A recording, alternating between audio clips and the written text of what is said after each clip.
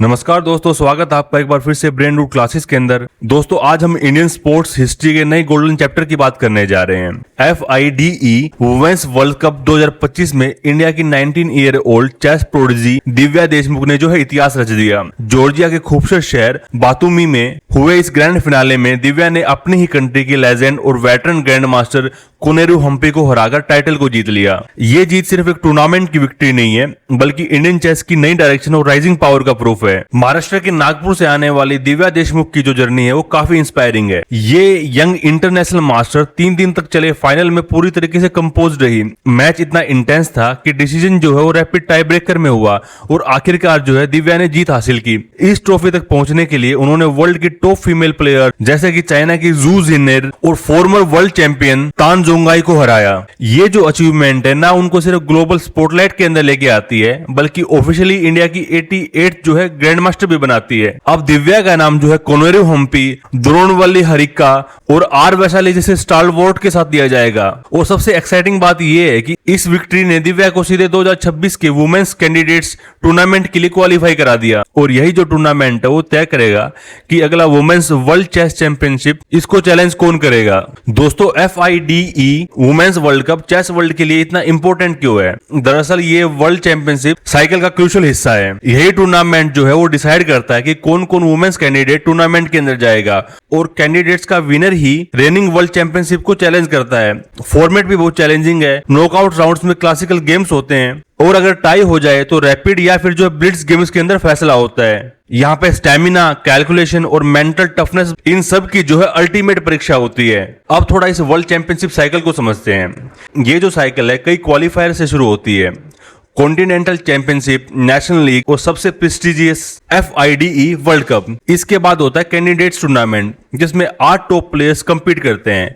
ये 8 प्लेयर्स कैसे चुने जाते हैं? इसके अंदर एक स्पोर्ट जो है पिछले वर्ल्ड चैंपियनशिप मैच के रनर अप को मिलता है। 3 स्पोर्ट जो हैं वर्ल्ड कप के टॉप फिनिशर को दिए जाते हैं। 2 स्पोर्ट जो हैं FIDE ग्रैंड स्विस टूर्नामेंट से आते हैं। एक स्पोर्ट जो है FIDE सर्किट के पॉइंट विनर को मिलता है और आखिरी स्पोर्ट जो है हाईएस्ट FIDE रेटिंग वाले प्लेयर को मिलता है। और कैंडिडेट्स का विनर फिर इस वर्ल्ड चैंपियनशिप को फेस करता है।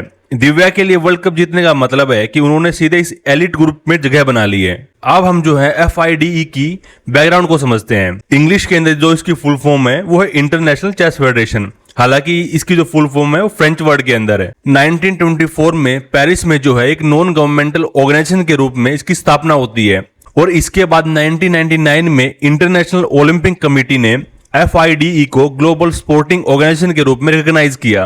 और आज के टाइम पे इसका जो हेडक्वार्टर है स्विट्जरलैंड के लुजान के अंदर है और दुनिया भर के अंदर 201 नेशनल फेडरेशन इसके मेंबर्स हैं। FIDE का काम है इंटरनेशनल कंपटीशन को ऑर्गेनाइज करना, ग्लोबल रेटिंग सिस्टम को मेंटेन करना और चेस को दुनिया भर में प्रमोट करना। दिव्या जैसी विक्ट्रीज FIDE की इसी ऑनगोइंग लेगेसी को और मजबूत करता है। दोस्तों दिव्या की जीत का सिग्निफिकेंस ट्रॉफी से कहीं बड़ा है। ये इंडियन वुमेन्स चेस की ग्लोबल राइज का सबूत है।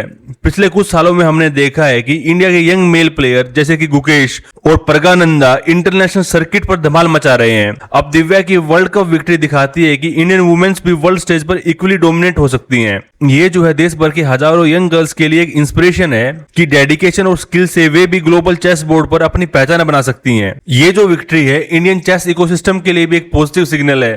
ग्रास रूट्स लेवल्स पर चेस क्लब्स, एकेडमीज और डिजिटल प्लेटफॉर्म्स की संख्या बढ़ रही है। गवर्नमेंट और प्राइवेट स्पॉन्सर अब ज्यादा कॉन्फिडेंस से इन्वेस्ट करेंगे। स्कूल्स में चेस प्रोग्राम को बूस्ट मिलेगा और अगले कुछ सालों में हमें और यंग ग्रैंड मास्टर मिल सकते हैं। चेस अब सिर्फ अर्बन एलिट का गेम नहीं है, छोटे शहरों से भी टैलेंट निकल रहा है। नागपुर की दिव्या जो है इसका परफेक्ट एग्जाम्पल है। तो दोस्तों दिव्या देशमुख की हिस्टोरिक ट्रिम्फ सिर्फ इंडिविजुअल ब्रिलियंस नहीं है, बल्कि इंडियन चेस की कलेक्टिव प्रोग्रेस का सिंबल है। ये हमें याद दिलाता है कि टैलेंट और हार्डवर्क के साथ एज या जेंडर कोई बाधा नहीं है। दिव्या ने ये दिखा दिया है कि अगर आपका फोकस क्लियर हो और प्रिपरेशन जो है वो स्ट्रांग हो तो आप वर्ल्ड के टफेस्ट बोर्ड पर भी जीत सकते हैं। दोस्तों जब आप अगली बार चेस बोर्ड को देखें तो जरा सोचिए, हर जो चाल है वो सिर्फ एक पीस को डिनोट नहीं करती, बल्कि ड्रीम्स और जो पॉसिबिलिटीज हैं उनको मूव करती है।